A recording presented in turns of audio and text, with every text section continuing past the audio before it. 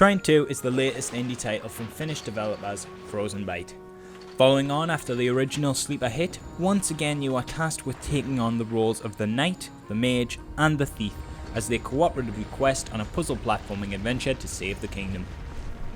The question is, does this game improve on the original? Is it more of the same? Or have the developers now messed up the franchise? Well, firstly, before you panic, I am definitely happy to say that they certainly haven't messed up. Trine 2 is a brilliant title that is worth every penny you put down for it, and at a mere $11.99, a gem like this can't be passed up. In the game, the three heroes from the previous title join up once again when they find their kingdom under attack by an army of goblins.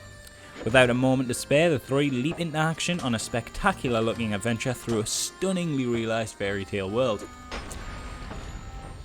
The environments really are one of the star features of this game.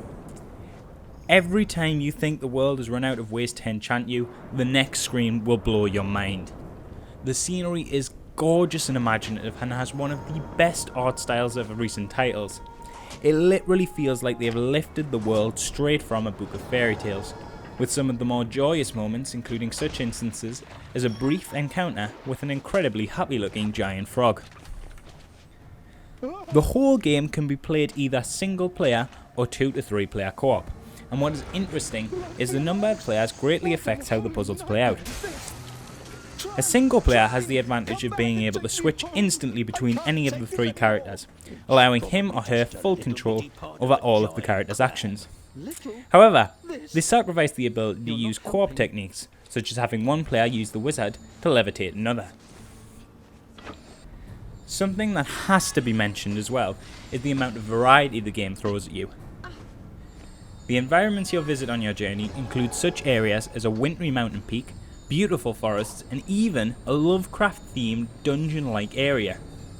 The exotics and treacherous locales really add to the feel of an epic adventure and allow for a lot of creativity in the gameplay. Areas like the wintry mountaintop will have you puzzling around obstacles such as icy slopes, for example, whereas the forest might have you growing beanstalk-sized strays to climb. Trine 2 isn't without its flaws. The combat is easily the weakest point, offering very little in the way of enemy variety, and the mini-bosses mostly consist of palette-swap versions of each other. There are often also times when a puzzle will have a clear yet difficult way to solve it that can unfortunately just be bypassed in co-op through tactics such as levitating your friends, which often becomes all too tempting an option when you become stuck.